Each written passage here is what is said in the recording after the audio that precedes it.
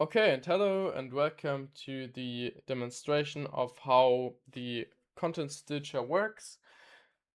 Once you log into the software, which is like our content software that is being developed right now, you can navigate over to the video stitcher. Any other side panel item doesn't matter right now for you, only this one.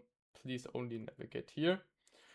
You can now select all of the recordings you made. In most cases, they will be already in the right order. They'll be uploaded and you can switch over again to the folder and upload the audio track into the audio track drag and drop. Then you can look at this button and decide if you want to adjust the speed of the whole entire video to the length of the audio track, or if you want to leave it as it is right now, that the audio track speed is adjusted to the length of the videos in total. So currently it is slowed down by 7%. Doesn't really matter, we can keep it that way. Works fine by me. Next, we need to use a title for the video.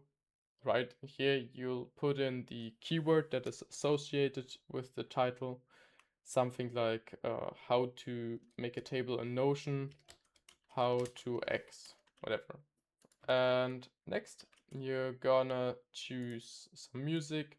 I'll integrate it that the music are presets. Just make sure that it's a copyright-free music that you drop into here. Adjust the volume, which is very important to some extent. Very loud music has to be tuned slightly down. Very quiet music can be tuned up. Normally, tuning it down by 27.5 decibels is already a perfect area. -14 loudness units is for the voice normalization, that it is exactly at the level where YouTube wants it to be. Really nice and loud, but not as loud that it hurts the ears. Next, we are gonna choose a transition type. Hard cut is, in my opinion, the best one. We can also use the crossfade and enable captions afterwards. They're also optional. There's some presets like tutorial style, and you can select the words per block, something like 3, 4, 1. Doesn't really matter as long as they do not span the whole screen. For testing purposes, we're gonna choose 4 and use the caption renderer of FFmpeg. Using Remotion will be a little bit slower, but the caption will look better. And I'm working on properly integrating that right now. Basically, the Remotion caption look like in Submagic, and the FFmpeg captions look like traditional captions which are not animated and overly styled. Now we can check everything. Yeah, video, audio track. Okay, good. Upload everything and add it to the queue.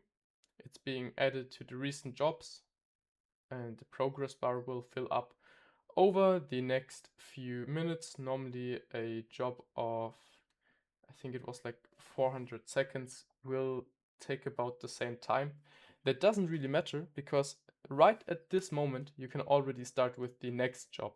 They'll be queued and the uploader will be able to grab them from here.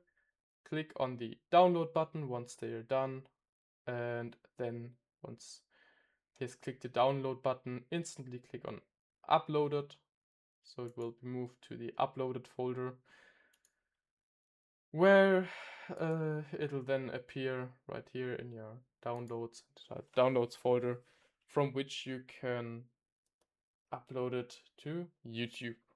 If you have any questions, feel free to DM me. Otherwise, have a nice day.